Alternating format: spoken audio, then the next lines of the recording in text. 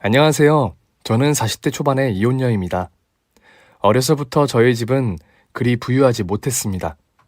아빠는 제가 어렸을 때 건설 현장에서 일을 하시다 다치는 바람에 평생 누워 계셨고, 엄마가 남의 집 가사도우미 일을 하며 집안 경제까지 다 책임지셔야 했거든요. 저는 어릴 때부터 그림 그리는 일을 좋아해서 온갖 미술 대회에서 상이란 상은 다 받았고, 그래서 미술 공부를 계속하고 싶었지만 어려운 집안 형편으로는 미대에 진학할 엄두가 나지 않았죠. 고등학교 때에도 3년 내내 미술반에 들어오라고 선생님이 직접 권유하셨지만 부모님께도 이런 사실을 말씀드리지 않았어요. 당연히 저도 욕심이 안 나는 건 아니었어요. 하지만 미술이라는 게 돈이 한두 푼 들어가는 일이 아니라는 걸 잘 아는데 뒷바라지 못 해주실 게 뻔했고, 그런 부모님이 속상해하실 거고 그런 모습을 보는 제 마음도 편하지 않았을 테니까요. 그래서 애초에 대학에 가겠다는 생각조차 제 마음속에서 싹을 잘라냈던 것 같습니다. 대학에 가면 욕심은 더 커질 거라는 걸 알았으니까요. 그 대신 고등학교만 졸업하면 빨리 취직을 하고 남들보다 빨리 돈을 벌겠다고 다짐했어요. 그래서 여유가 생기면 저처럼 꿈과 재능이 있지만 형편 때문에 펼치지 못하는 저와 같은 사람들을 도와주는 어른이 되자고 결심했죠. 그래서 고등학교를 졸업하자마자 작은 회사의 경리로 취직했어요. 월급이 많진 않았기에 집안 살림에 좀 보태고 나면 남는 돈도 별로 없었지만, 그래도 점심 사 먹는 대신 도시락 싸가지고 다니며 조금씩 적금도 부었습니다. 한눈 팔지 않고 성실하고 부지런하게 살았어요. 같이 회사 다니는 사람들 중에 저한테 흑심을 품고 작업을 거는 사람도 있었지만, 그때 저한테는 연애도 사치라고 생각하고 아예 차단하고 살았죠. 그런데 제가 아무리 연애 생각 없다고 해도 신경 쓰지 않고 계속해서 저에게 관심을 보이는 거래처 직원이 한 명 있었습니다. 이진 씨, 오늘 일 끝나고 뭐해요? 사당역에 진짜 맛있는 곱창집 있는데 나랑 한 잔 콜? 죄송해요. 오늘 저 집에 일찍 들어가야 돼요. 에이, 그러지 말고 오늘은 나랑 좀 놀아줘요. 나 오늘은 혼자 저녁 먹기 싫단 말이에요. 왜요? 무슨 일 있으세요? 실은 나 오늘 생일이거든요. 근데 미역국은커녕 하루 종일 바빠서 점심도 빵 쪼가리로 대충 때웠다고요. 아, 그러셨구나. 내가 풀코스로 쏠게요. 희진 씨는 그냥 나랑 같이 있어주기만 해요. 가끔 저희 회사에 오는 거래처 사람이었는데 인상이 그리 나쁘진 않았어요. 항상 사람들을 웃으면서 대했고 저한텐 특히 친절했어요. 어떻게 제가 바나나 우유를 좋아하는 걸 알고는 올 때마다 저한테 바나나 우유를 사주기도 했죠. 제가 아침에 늦잠을 자는 바람에 도시락을 싸오지 못한 날도 있었는데, 그럴 땐 어떻게 알았는지 자기도 점심 혼자 먹기 싫다면서 괜찮다는 저를 굳이 끌고 가서 점심을 사주기도 했고요. 막막하고 어려운 사회생활이었는데 저한테 그렇게 잘해주니 저도 모르게 조금은 호감이 생기기도 했습니다. 또 그날은 마침 생일이라고 하니까 딱 잘라 거절하기 미안한 마음에 같이 저녁을 먹기로 했죠. 여기 곱창 진짜 맛있죠? 완전 속이 꽉 찼어. 그쵸, 희진 씨? 네, 제가 먹어본 곱창 중에 최고예요. 희진 씨가 맛있게 먹으니까 내가 기분이 다 좋네. 그럼 우리 2차는 맥주에 치킨 콜? 그럴까요, 그럼? 이상하게 그 사람이랑 있으면 마음이 편했어요.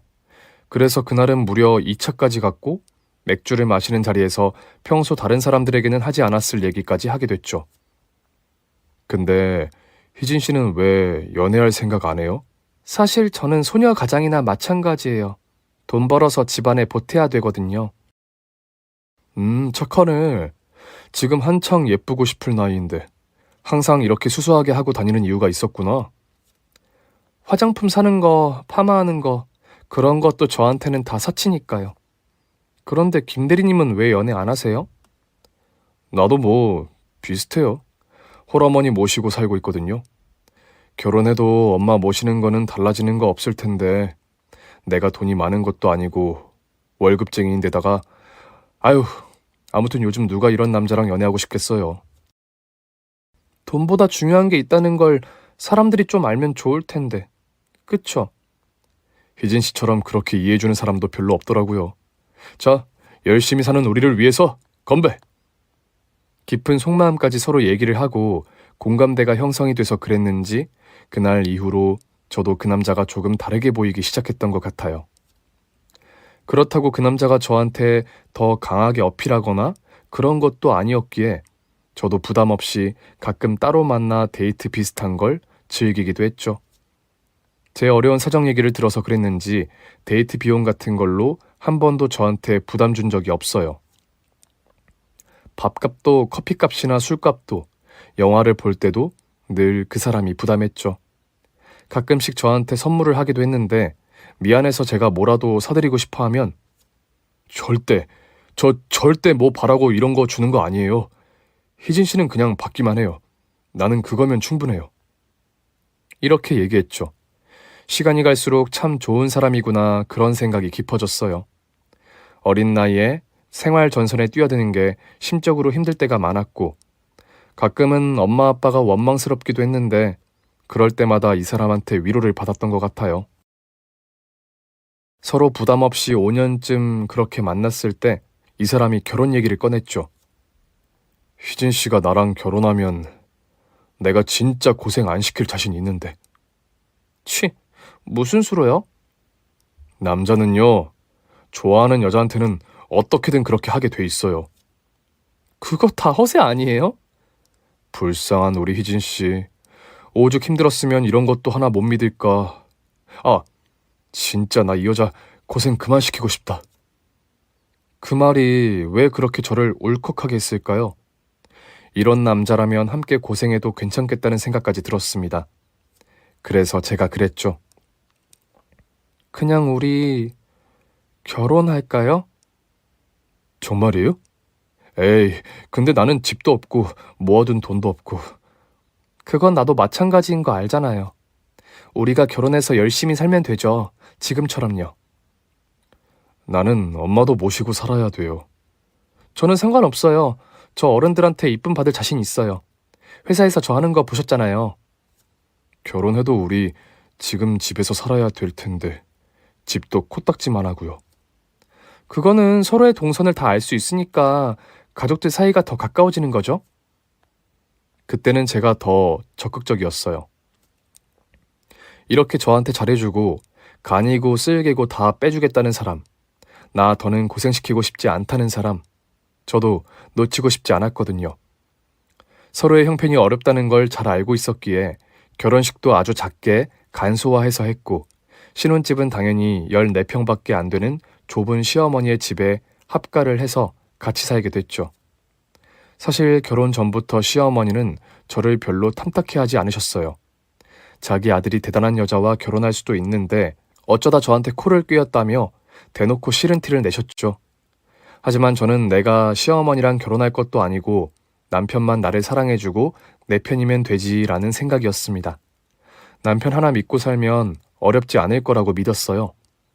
또 결혼을 해서 우리가 잘 사는 걸 보면 시어머니 태도도 달라질 거라 믿었고요. 하지만 제가 너무 낙관적으로 생각했던 거죠. 결혼을 했다고 해서 그런 시어머니의 태도가 달라진 건 아니었어요.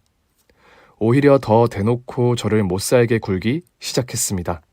결혼을 한 후에도 저는 계속 직장 생활을 해야만 했어요.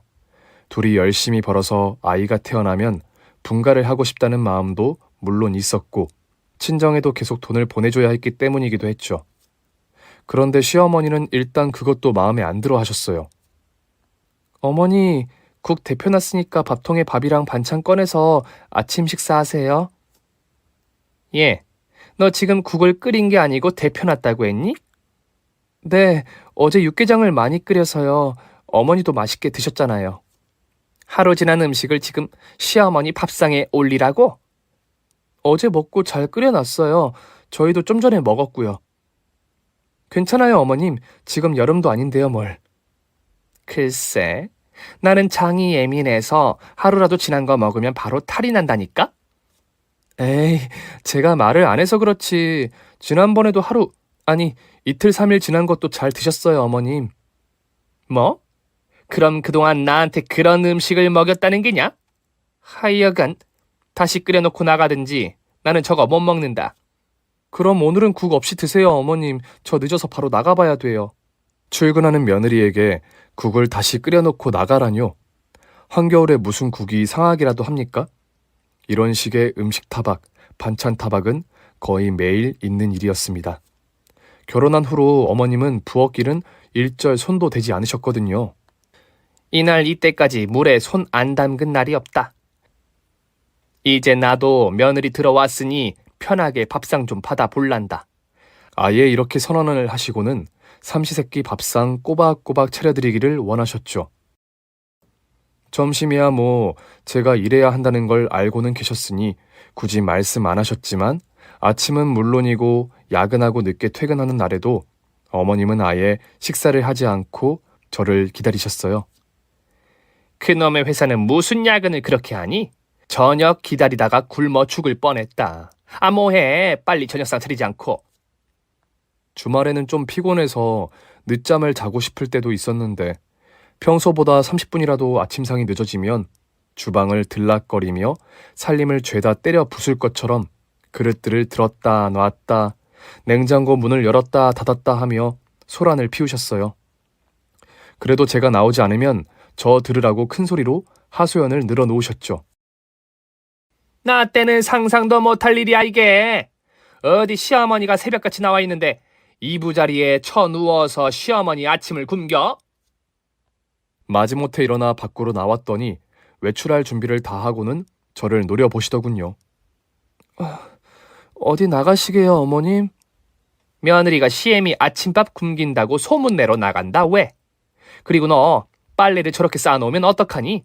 냄새가 나서 못 살겠다. 이번 주엔 제가 좀 정신이 없어서요. 전 그러면 어머님이 세탁기 한번 돌려주시지 그러셨어요. 내가 그걸 왜 하니? 너 저기 빨래하는 김에 내 이불 그거 뜯어서 빨아놔라. 이불보는 삶아서 풀 먹여 달인질 해놓고 저 아래 반지꼴 있으니 다 꿰매 놓으렴. 어머니, 저 오늘 저녁에 친정 간다고 말씀드렸는데. 왜 또? 네 친정에 돈 갖다 주러 가니? 대체 그 짓은 언제까지 할 거냐? 남편 얼굴 봐서 시어머니가 시키는 일들은 웬만하면 군소리 없이 했고 싫다고 하시는 건 안 하려고도 노력했어요. 가능하면 부딪히지 않으려고 애쓰며 살았지만 그래도 도저히 못 참겠다 싶을 땐 저도 한마디씩 말대꾸도 하고 그랬습니다. 온갖 집안일은 물론이고 어머님이 말도 안 되는 심부름 같은 걸 시켜도 내가 참자 하고 다 하려고 했는데 그럴수록 점점 더 심해지는 걸 도저히 참을 수가 없어서 한 번은 어머님께 대놓고 물어봤어요. 어머님 아직도 제가 하는 게 다 마음에 안 드세요? 그게 무슨 소리니? 네가 하는 게 마음에 안 드는 게 아니고 나는 그냥 네가 마음에 안 들어. 뭐가 그렇게 싫으신데요? 몰라서 묻니? 그냥 다 싫어, 다. 그런데 왜 결혼 허락하셨어요? 돈 없어도 없는 대로 나가 살라 하시지 왜 굳이 집에 들이셨어요? 저 봐라, 저 시애미한테 고개 빳빳이 들고 대드는 꼬라지 봐라. 제가 맨날 이래요? 해도 너무하시니까 저도 답답해서 이러는 거잖아요. 시끄럽다. 듣기 싫으니까 주둥이 닥치고. 아유, 집안에 먼지 좀 봐라, 먼지. 창문 다 열어놓고 청소나 해라. 제가 이렇게 시어머니한테 시집살이, 아니 식모살이를 당하는 동안 남편은 뭐 했냐고요? 말도 마세요. 결혼 전에 간이고 쓸개고 다 빼줄 것 같던 남편은 저와 어머님 사이에서 큰 소리가 나든 말든 아예 자기는 투명인간인 양 본체도 들은 채도 안 하더군요. 이럴 때는 아예 밖으로 나가서 다 잠든 다음에야 돌아오곤 했습니다. 어머님과 저 사이에 무슨 일이 일어나는지 관심조차 없었어요. 저는 뭐 가만히 있었겠어요? 처음엔 남편한테도 따졌죠. 당신 나 고생 안 시키겠다고 했잖아. 근데 지금 내가 어떻게 사는지 안 보여? 왜 또 그래? 뭐가 어때서? 당신 어머님이 나한테 어떻게 하는지 몰라서 그래? 또 그 얘기야. 야, 고부 갈등에는 원래 남편이 끼어들면 안 되는 법이야. 너 그것도 몰라? 끼어들면 안 되는 게 아니라 어떻게 하느냐가 중요하지. 당신이 어머님한테 얘기 좀 해봐. 아, 나 몰라. 그냥 둘이 알아서 해. 제가 얘기할 때마다 남편은 자기는 모르는 일이다. 당사자들이 알아서 해라. 남자가 이런 일에 끼어들면 더 난리 난다며 모르쇠로 일관했어요. 혹시 방치형 RPG 게임 아세요? 휴대폰으로 하는 모바일 게임의 일종인데요. 게임하는 사람이 직접적으로 뭘 하지 않아도 게임 속 캐릭터가 알아서 게임을 진행하는 그런 게임이요. 굳이 시간을 들이거나 하지 않아도 되니 꽤 인기 있는 게임이죠. 남편은 저를 꼭 그런 방치형 RPG 게임의 캐릭터 정도로 생각하는 것 같았어요. 일단 내가 게임을 시작해 놨으니 이기건 지건 그건 네가 알아서 해라. 이기면 좋고 지면 말고 그런 식이었죠. 처음엔 이런 남편의 태도에 저도 빡쳤지만 시어머니 한 사람이랑 싸우기도 버거웠기에 이 싸움까지 하고 싶진 않았어요. 무엇보다 제가 아무리 얘기해도 남편이 달라질 것 같진 않았기에 저도 그냥 무뎌지는 방법을 택한 거죠. 그렇게 제가 시어머니의 식모로 남편의 방치형 RPG 게임 주인공으로 산 지 5년쯤 되던 날, 모두 잠든 새벽이었습니다. 잠결에 뭔가 싸한 기분이 느껴졌어요. 잠에서 깨보니 집안에서 타는 냄새가 나고 있었습니다. 여보, 일어나봐. 어디 불났나봐, 여보. 여보! 분명 옆에서 자고 있던 남편이 보이지 않았습니다. 거실로 나와보니 이미 집안 곳곳에 불이 번지고 있었어요. 얼른 밖으로 나가려고 했는데 시어머니의 방문이 꽉 닫혀 있는 게 보이더군요. 어머님 방 쪽으로 이미 불길이 커지고 있어서 순간 잠깐 망설여지긴 했지만 저는 두려움을 무릅쓰고 어머님 방문을 열고 뛰어들어갔습니다. 연기 때문에 어머님은 정신을 잃은 상태였죠. 불길은 점점 커졌어요.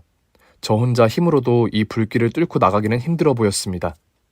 그래서 저 혼자 나갈 순 없었어요. 저는 손에 잡히는 담요로 어머님을 푹 감싸 등에 업었습니다. 제 온몸에 불이 붙는 게 느껴졌지만 그것보다도 행여 어머님께 불이 붙을까 이리저리 몸을 피하며 불길을 뚫고 간신히 밖으로 나올 수 있었어요. 건물 밖으로 나와 어머님을 눕혀놓고 보니 그제야 몸에 이불을 두른 채 오들오들 떨며 우리 집을 지켜보고 있는 남편 새끼가 눈에 들어왔습니다. 여보, 당신 언제 나왔어? 그게 목이 말라서 물 마시러 나갔다가 갑자기 파바박 하면서 연기가 나길래. 알고 보니 남편 놈은 집에 불이 나기 시작하자마자 지 혼자 주랭랑을 쳤더군요. 열불이 확 났지만 그걸 따질 정신도 없이 저는 기진맥진해 있었습니다. 그런데 남편 놈은 저는 눈에도 안 들어오고 지 엄마만 걱정됐나 보더라고요. 엄마 괜찮아? 엄마 정신 차려봐. 야, 너 엄마한테 무슨 짓 한 거야? 도대체 엄마가 왜 이래? 남편 놈은 우라가 치밀었는지 어머님을 구출해 나오는 과정에서 마신 연기 때문이었는지 저는 그 자리에서 정신을 잃고 쓰러졌습니다. 정신을 차리고 보니 저는 병원에 누워 있었어요. 다행인지 옆에 누워있던 시어머니는 연기 때문에 잠시 정신을 잃은 것일 뿐 다친 데는 없다고 하더군요. 하지만 저는 손과 다리 그리고 얼굴까지 큰 화상을 입었습니다. 얼굴의 반쪽이 화상으로 일그러졌지만 저는 그래도 좌절하지 않았어요. 반쪽이라도 온전히 남아있으니 그게 어디냐고 스스로를 위안했죠. 조사 결과 화재는 누전으로 인한 걸로 밝혀졌어요. 집안 형체를 알아볼 수 없게 다 타버렸지만 보상금을 받아 시댁은 새 집으로 이사를 하게 됐습니다. 집이 모두 타버렸기 때문에 이사를 하면서 필요한 물건들도 다 새로 사야 했어요. 제가 병원에서 퇴원하던 날 남편과 어머님이 나가길래 저도 오랜만에 바깥 구경도 좀 할 겸 같이 가겠다 했습니다. 그런데 그 괴물 같은 얼굴을 하고 우리랑 같이 가겠다고? 아서라, 창피해서 나는 같이 못 간다. 여보, 어머님, 그게 지금 저한테 할 소리예요? 제가 누구 때문에 이렇게 됐는데요? 내가 불렀어? 내가 너 화상 입으라고 했어? 내가 네 얼굴 괴물 만들었어? 그래, 내가 언제 목숨 구해달라던? 네가 777 못해 화상 입어놓고 그걸 왜 내 탓을 해? 야, 너 나 좀 그런 눈으로 쳐다보지 마. 안 그래도 괴물 같은데 그러니까 더 무서워. 괜히 같이 나설 생각 말고 집구석에 들어앉아 있어. 이왕이면 거실에도 나오지 말고 방구석이나 처박혀 있어. 그 몰골로 가긴 어딜 가겠다고? 저는 왜 그 불길 속에서 보이지 않는 남편을 찾아 헤맸을까요? 저 혼자 도망쳤으면 이렇게 되지 않았을 텐데 굳이 어머님을 살리겠다고 불길 속으로 뛰어들었을까요? 저 인간한테 괴물 취급 당하자고 제가 저를 희생했던 걸까요? 억울했습니다. 두 사람은 집안에서 저와 마주치기라도 하면 무슨 귀신이라도 본 것처럼 예, 네가 그래도 쟤랑 살붙이고 산 정이 있으면 그냥 네 발로 이 집 나가라. 어머님, 그게 무슨 말씀이세요? 우엑. 아이고, 날 좀 쳐다보지 말고. 저기 벽 보고 말해. 구역질 나니까. 저보고 저희랑 이혼하란 얘기예요? 대가리엔 화상 안 입었나 보구나. 말귀는 알아쳐먹네. 여보, 당신 입이 있으면 말 좀 해봐. 지금 어머님이 나한테 당신하고 이혼하라잖아. 야, 너 입장을 바꿔놓고 생각해봐라. 너 같으면, 너 같은 괴물이랑 살고 싶겠냐? 으, 토 쏠려. 그 면상 좀 저리 치워라 좀. 어이가 없어서 눈물도 나지 않았습니다. 목숨을 건 대가가 고작 괴물 취급이라니. 저 인간들이 하는 짓도 짓이지만 그런 취급을 받으며 더 이상 이 집구석에서 살고 싶지 않다는 생각에 저도 그냥 이혼을 하기로 결심했습니다. 생각해보면 이 집은 제가 들어와 살기 시작한 때부터 저한테는 편안한 안식처가 아니었어요. 지옥이나 마찬가지였죠. 그래서 차라리 잘 됐다 싶었어요. 온전한 얼굴, 팔과 다리의 피부를 잃은 대가로 새로운 삶을 얻었다 생각하며 진고 같은 시댁을 떠나 친정으로 돌아왔습니다. 그렇게 이혼을 하고 8년이 지났습니다. 그날 일 때문에 남산에 있는 호텔에 가게 됐어요. 저한테는 아주 중요한 일이었기에 설레는 마음으로 준비를 하고 길을 나섰죠. 가는 길에 내내 뭔가 좋은 일이 일어날 것 같은 기분이 들더군요. 아, 오늘 일이 잘 되려나 보다. 그런 생각으로 기분 좋게 호텔에 도착했는데 호텔 로비를 지나쳐 가려는 순간 물걸레질을 하고 있던 청소부의 걸레가 제 구두에 쓱 닿았습니다. 아이고, 정말 죄송합니다. 제가 실수를 했어요. 제가. 무슨 일이세요? 괜찮으십니까? 네, 보시다시피 이분이 걸레로 제 구두를... 아, 구두에 얼룩이... 어디 잠깐만 앉아 계시면 저희가 금방 조치를 취해드리겠습니다. 구두에 얼룩은 괜찮은데요. 제가 방금 이분이 하시던 걸레질 때문에 발이 걸려 넘어질 뻔했거든요. 죄송합니다. 당신들 이분이 누군지 알아? 우리 호텔 VVIP 고객이셔. 당장 제대로 사과하지 못해? 죽을 죄를 지었습니다, 사장님. 아니, 회장님. 이거 구두 벗어주세요. 제가 깨끗하게 닦아드릴게요. 됐습니다. 매니저님 그냥 해프닝으로 넘어가시죠. 네? 정말 괜찮으시겠습니까? 안 그래도 오늘 재밌는 일이 벌어질 것 같았거든요. 네, 지금 재밌네요, 충분히. 괜찮습니다. 당신들 뭐해? 감사하다고 인사 안 하고.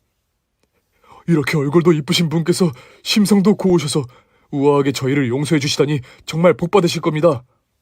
아이고, 감사합니다. 살려주셔서 감사합니다. 저는 단박에 알아보겠던데 두 인간은 감쪽같이 저를 몰라보더군요. 하긴 그럴 만도 했죠. 목숨을 구해주고도 듣지 못했던 살려줘서 감사하다는 얘기를 8년 만에 듣게 되니 많은 생각이 들더군요. 계속해서 저에게 머리를 조아리는 두 사람을 보고 있자니 지나간 시간들이 하나 둘 스쳐가기 시작했습니다. 괴물, 저 인간들에게 그렇게 불리던 저는 이혼 후 오랫동안 많이 힘들었습니다. 사람이 제일 무섭다는 걸 뼈저리게 깨달았거든요. 친정집에서 지내는 동안 외출도 하지 않고 집안에서 지내다가 저는 제가 어릴 때 뭘 좋아했었는지를 다시 떠올리게 됐어요. 그림, 바로 그림이었죠. 그림을 그리는 일은 사람을 만나지 않아도 할 수 있는 일이었기에 저는 허구한 날 방에 틀어박혀 그림만 그렸어요. 저 혼자 그리다 보니 다른 사람들이 어떻게 생각하는지도 궁금했고 SNS 계정을 만들어 거기에 제 그림을 올리기 시작했습니다. 시간이 지나면서 사람들이 하나둘씩 반응을 하기 시작했죠. 그림에서 온도가 느껴지는 건 처음임. 저도요. 저도 그래요. 그림이 너무 따뜻해서 갖고 싶어요. 이 화갑은 누구신지 아는 사람? 비밀에 파묻힌 화가로 제가 방송국에 제보했어용. 이분 방송에 나오시면 저한테 고마워하셈. 이 그림을 그린 화가가 도대체 누구인지 점점 더 많은 사람들이 궁금해하기 시작했고 어느 날 방송사에서 출연 문의가 들어왔습니다. 여전히 사람에 대한 두려움이 있었지만 어쩌면 지금이 제가 다시 세상 밖으로 나갈 수 있는 기회라는 생각이 들어서 출연 요청에 응했죠. 사전 미팅을 하기 위해 저를 만나러 온 제작진들은 제 얼굴을 보고 흠칫 놀라는 듯 했습니다. 아무래도 먼저 말 꺼내기 어려워하는 것 같길래 제가 그냥 터놓고 얘기했어요. 8년 전에 집에 화재가 났어요. 시어머니를 구하려다가 제가 이렇게 화상을 입었죠. 보기 흉하죠? 아니요, 흉하긴요. 그런 사연이 있으신 줄은 몰랐어요. 그럼 혹시 시어머니랑 남편분도 방송에서 같이 인터뷰 해주실 수 있을까요? 아, 그건 불가능해요. 실은 그때 그 일로 이혼을 했거든요. 선생님, 정말 속물 같아서 이런 얘기하기 진짜 싫은데 제가 하는 일이 이렇다 보니까 귀가 솔깃해지네요. 선생님 사연 다 얘기해 주실 수 있으세요? 시간도 많이 흘렀고 숨기고 살 이유도 없으니 저는 그러겠다 했죠. 제 사연을 다 들은 제작진은 그 자리에서 저보다 더 씩씩거리며 화를 내더군요. 그리고 원래 찍으려던 내용보다 더 깊게 제 얘기를 다루고 싶다고 했습니다. 피디님, 이거 우리 특집으로 가시죠. 시청률 무조건 잘 나옵니다. 화가가 되고 싶었던 소녀, 괴물이 되어 화가로 돌아오다. 제목 딱 나왔잖아요. 거기다 시댁 얘기까지 사람들 열광할 것 같지 않아요? 선생님의 아픈 인생 얘기 앞서서 시청률 따위나 얘기하고 있는 저를 용서해 주세요. 아유, 아닙니다. 이왕 할 거 더 많은 사람들이 보면 좋죠. 이제 와서 못할 얘기도 없고요. 이렇게 제 얘기가 방송을 탄 후 방송국으로 엄청난 후원 문의가 쏟아졌다고 해요. 제 그림을 사고 싶다는 사람들도 많았고요. 무엇보다 감사했던 건 무료로 피부 이식을 해주겠다는 곳도 있었다는 겁니다. 저요, 이혼을 하면서도 그 집구석이랑 단 1초도 더 얽히고 싶지 않아 위자료 문제로 지지부진하게 끄는 게 싫어 돈 한 푼도 안 받고 그냥 나왔어요. 제 화상을 치료했던 병원에서도 피부 이식 얘기를 안 했던 건 아닌데 친정에 그런 부담 주고 싶지도 않았고 그럴 형편도 안 됐기에 애초에 생각조차 안 했던 일이었죠. 그래서 일찌감치 일을 시작하며 아무도 몰래 조금씩 모아온 돈에다가 나중에라도 더 돈을 벌어 얼굴의 화상 정도는 좀 덜 흉하게 고칠 수 있지 않을까 생각은 가끔 했었는데 시간이 지나면서 그마저도 포기했어요. 8년이나 지났는데 이게 가능할 거라 생각도 못했고요. 그런데 그 사이 현대의학이 어찌나 엄청나게 발달했는지 화상을 입은 팔과 다리, 얼굴까지 모두 피부 이식에 성공했습니다. 학계에서도 이렇게까지 수술이 잘 된 사례는 본 적이 없다고 할 정도였어요. 처음 저를 방송에 출연시켜준 프로그램의 제작진들이 이 과정을 모두 담아 다큐멘터리로 만들었는데 그걸 본 사람들도 꽤 많았나 보더라고요. 어느새 저는 괴물 화가에서 미녀 화가로 변해 있었고 제가 그린 그림들도 불티나게 팔려 나갔습니다. 어느새 제 수중에는 죽을 때까지 써도 다 못 쓸 만큼의 돈이 생겨 있었어요. 이건 절대로 내가 다 잘나서가 아니다라는 생각을 했습니다. 사람들의 관심과 사랑이 사람이 싫었던 제 몸과 마음을 회복시켜 준 거죠. 그야말로 새로운 삶을 시작할 수 있게 해준 불특정 다수의 사람들에게 어떻게 하면 이 감사함을 돌려줄 수 있을까를 고민했어요. 그리고 어릴 적 그림을 그릴 수 없게 되면서 새롭게 꾼 제 꿈이 떠올랐죠. 저처럼 형편이 어려운 사람들을 돕는 사람. 맞습니다. 그래서 저는 제가 그동안 열심히 모은 돈과 사람들이 보내준 후원금들, 그림을 판 돈까지 다 합쳐 복지재단을 설립했습니다. 사람들은 저를 꿈농장의 회장님이라고 부르기 시작했어요. 어려운 아이들의 꿈을 무럭무럭 자라게 해주는 꿈농장이라면서요. 저를 롤모델로 삼는 아이들도 많아졌고 사회에서 존경을 받는 그런 사람으로 당당하게 제 앞에 펼쳐진 꽃길을 걷고 있는 중이었습니다. 제 지나간 얘기를 하다 보니 좀 길어졌나요? 아무튼 아까 제 구두를 걸레로 닦았던 그 두 년놈들 말이에요. 무릎을 꿇은 채 지 팔꿈치로 제 구두를 싹싹 닦던 전 남편이 힐끔힐끔 저를 쳐다보는 게 느껴지더군요. 혹시 나를 알아보나 싶었지만 그건 아닌 것 같았어요. 제 입으로 이런 얘기하기 좀 그렇지만 피부 이식 수술을 하면서 제가 이전보다 좀 더 예뻐졌거든요. 뭐 심각한 성형인간 이런 건 절대 아니에요. 오해하지 마세요. 어릴 때 다쳐서 삐뚤어진 코랑 화상 때문에 늘어져 있던 눈꺼풀을 쌍수로 잡아주느라 아주 조금 예뻐졌을 뿐이라고요. 아무튼 무엇보다 제가 그 자리를 떠난 후 그 새끼가 지 엄마한테 짓거리는 소리를 들으니 저를 몰라보는 게 확실했습니다. 엄마, 저 여자 딱 내 스타일이다. 그치? 고급스러움이 아주 온몸에서 뿜어져 나오네. 뿜뿜. 정신 차려 이놈아. 네 스타일이면 뭐 어쩔 건데? 보상금 받은 거 사업한다고 다 날려먹고 지금 네 꼴이 어떤지를 좀 보라고. 그래 엄마, 그거야 그거. 우리가 지금은 사업이고 뭐고 다 망해서 이 모양 이 꼴이지만 나도 한때는 사장님이었잖아. 내가 좀 차려입고 나서면 나 아직 안 죽었어 엄마. 저 여자 좀 꼬셔볼까 어디? 주제 파악을 해라 이 새끼야. 아이, 어디 걸레로 아들 머리를. 그럼 뭐 머리 말고 주둥이에 쳐 넣어주리? 어? 제가 하고 싶은 말이었는데 그래도 시어머니란 작자가 대신 해주니 속은 좀 시원하더군요. 저는 그 인간들이 망해서 호텔 청소를 하고 있다는 것만으로도 벌을 받은 것 같아서 기분이 좋았는데 그 인간들은 뭔가 좀 아쉬웠나 봐요. 재단 사람들과의 미팅을 마치고 나오는데 호텔 로비에서 아주 공손한 자세로 저를 기다리고 서 있더라고요. 저한테 말이라도 한마디 걸고 싶어서 쭈뼛쭈뼛거리는 꼴이 아주 우습더군요. 하지만 그 인간들에게 내줄 시간이 없었습니다. 이미 로비에는 수많은 사람들이 저를 만나기 위해 기다리고 있었거든요. 이번에 재단에서 장학금을 받은 아이가 국제적인 콩쿠르에서 상을 받으면서 제 얘기를 언급한 덕에 저와 인터뷰를 하겠다는 기자들도 줄을 서 있었죠. 저를 만나러 온 사람들과 일일이 악수도 하고 눈맞춤도 하느라 안 그래도 정신이 없는데 여기저기서 카메라 플래시도 팡팡 터지고 있었어요. 겨우겨우 사람들 무리를 빠져나왔더니 그 인간들 기다렸다는 듯 저에게 다가오더군요. 맘 같아선 무시하고 지나가고 싶었지만 아직도 저를 지켜보는 사람들이 많으니 차마 그럴 순 없었어요.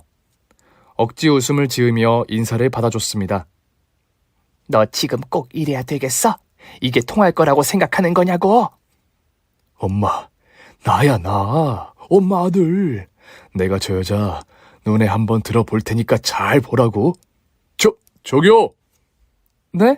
무슨 일이시죠? 아까 일 제대로 사과하고 싶은데요. 괜찮다고 말씀드렸는데요. 아닙니다. 저는 남한테 빚지고는 못 사는 성격이라서요. 그 구두, 그거 비싸 보이는데 더럽힌 것도 죄송하고 그런 일로 그쪽 속상하게 한 것도 마음에 걸리네요. 그래서요? 뭐 어떻게 하시겠다는 건데요? 여기 호텔 식당에서 식사해보셨습니까? 제가 오늘 저녁에 그거 한번 시원하게 쏘겠습니다. 글쎄요. 제가 왜 그 초대에 응해야 되는지 잘 모르겠는데요. 야, 너무하시네 진짜. 제가 하루에 5시간 여기 호텔 화장실 청소해서 버는 돈이 6만 원입니다. 6만 원. 이 호텔 식당에서 밥 먹으려면 사흘을 일해야 된다고요. 그걸로 내가 지금 밥을 사겠다는데 거절하시는 겁니까? 저랑 식사하는 게 왜 가치 있는 일이죠? 우리가 함께 쏘아올린 한 끼의 식사 시간. 그 시간이 앞으로 우리가 함께 나아갈 앞날의 밑거름이 되어줄 테니까요. 아주 지랄이 풍년이죠. 네, 저도 물론 속으로는 욕을 바가지로 했습니다. 그레이 색깔 색연필 같은 놈이 어따 대고 작업질이야. 딱이라도 한 대 날리고 싶었다고요. 와, 하지만 보는 눈이 있지 않습니까? 저를 존경과 부러움의 눈으로 바라보고 있는 사람들의 눈이요. 그리고 지금 이게 무슨 상황인지 특종이라도 하나 건질까 싶어서 눈을 부릅뜨고 카메라 녹화 버튼도 눌러놓고 지켜보는 기자들도 있고요. 저는 끝까지 우아하게 그들을 대할 수밖에 없었습니다. 제가 물었죠. 제가 누군지 알고 이러시는 건가요? 꼭 알아야 합니까? 이제부터 알아가는 게 중요하죠. 안 그렇습니까? 어때요? 저 참 시원시원하죠? 이게 다가 아닙니다. 저요. 저 제가 사랑하는 여자한테는 간이고 쓸개고 다 빼주는 인간입니다. 정말이에요. 못 믿겠으면 직접 한번 확인해 보시라니까요. 우습지도 않죠. 어따 대고 저런 뻔뻔한 소리를 짓거리는지 더는 참을 수가 없었습니다. 저는 그 말 같지도 않은 소리에 대꾸하는 대신 조용히 가방을 열어 사진 한 장을 꺼냈습니다. 방긋 웃으며 그 인간 눈앞에 사진을 들이밀었죠. 이거 누군지 알아보시겠어요? 실은 저 이런 사람이었는데 많이 변했죠? 당신은 참 예전 그대로네요. 사진 속의 여자와 저를 번갈아 쳐다보던 남편은 더 이상 말을 잇지 못하고 몸을 사시나무 떨듯 벌벌 떨기 시작했습니다. 그런 전 남편을 지켜보던 시어머니가 달려와서 남편이 손에 들고 있던 사진을 뺏어보더군요. 사진을 보자마자 뒤로 벌러덩 나자빠졌습니다. 에그머니, 나는 괴물이요. 당신들이 나를 그렇게 불렀었죠? 당신이 어떻게... 왜? 괴물처럼 살고 있지 않아서 실망했어요? 예, 너 성형수술했니? 돈은 어디서 났어? 너 혹시 팔자 고친 거야? 말 좀 해봐. 생각하는 수준도 여전하시네요. 나를 왜 괴물이라고 했는지 알겠어요. 당신들이 괴물이라 그랬다는 거. 무슨 소리야? 우리가 언제 너한테... 아니, 당신한테 그랬다고 이래. 됐고, 너 우리 좀 데려가라. 응? 그래, 우리도 마침 지금 일 끝났으니까 같이 가자. 아니, 이제부터 나 이 더러운 호텔 일 안 해. 나 당장 때려친다고. 에이, 내가 당신 만나려고 이제까지 이 고생을 했나 보다. 아, 여보, 갑시다. 화장실 청소 때려치우면 후회하실 텐데. 후회는 무슨, 너 사는데 같이 살면 되지. 야, 근데 너 너무 예뻐졌다. 아, 진짜 몰라봤어. 내가 너 이렇게 이쁜 줄 진작 알았으면, 이야, 내가 여자 보는 눈은 있네. 그치, 엄마? 그지 새끼들처럼 어떻게든 저한테 빌붙으려는 꼴이라니. 거기다 전 남편 새끼는 제 얼굴을 보고 눈동자가 희번득거리는 게 정말 보기만 해도 토가 쏠리더군요. 이런 걸 보고 괴물들이라고 하는 거겠죠. 더는 그 괴물 같은 것들과 한시도 같이 있고 싶지 않았는데 계속해서 치근덕거리며 떨어질 생각을 안 하는 겁니다. 그러고 보니 또 어떻게 해서든 저한테 잘 보이려고 있는 말, 없는 말 다 지어내는 꼴을 계속 지켜보는 것도 재미는 있더라고요. 하지만 안타깝게도 쇼는 언제나 끝이 있는 법이잖아요.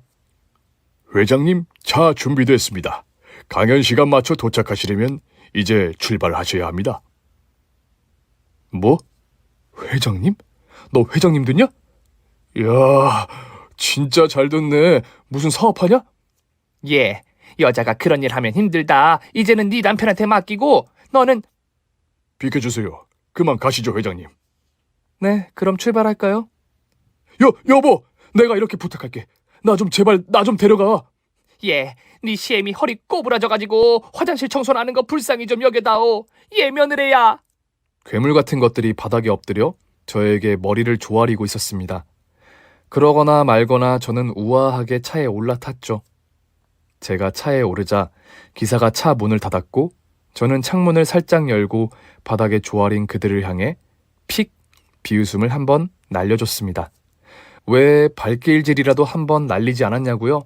그 년놈들 화장실 청소하던 걸레로 싸대기 한번 날려주지 않았냐고요?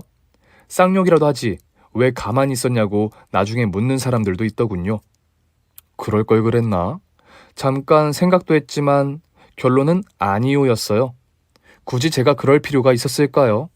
저는 끝까지 우아하게 그들을 무시하는 것만으로도 충분했거든요.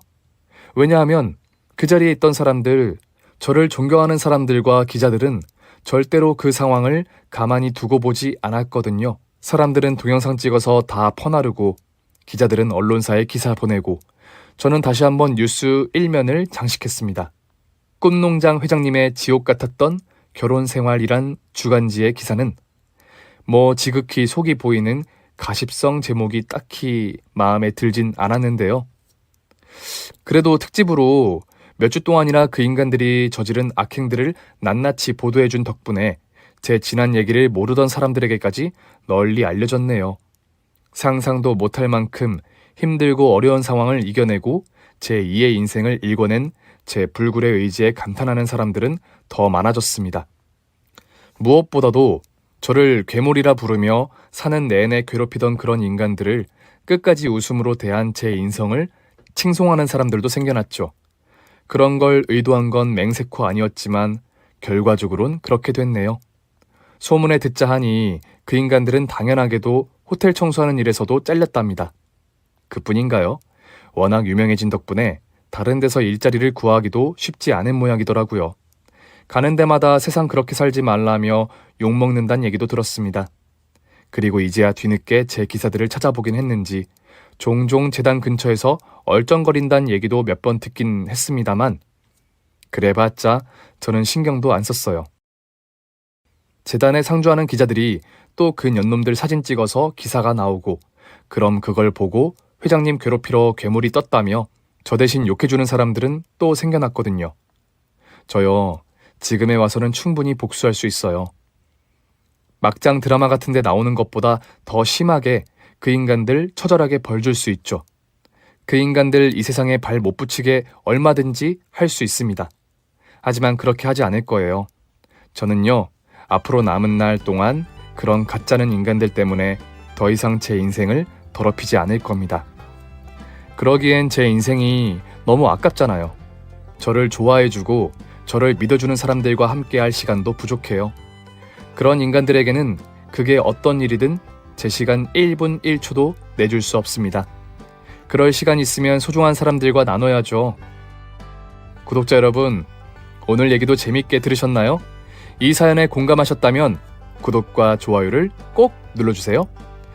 저 필립은 더 시원하고 유쾌한 사이다 썰로 내일 다시 찾아오겠습니다. 오늘도 행복한 하루 되세요.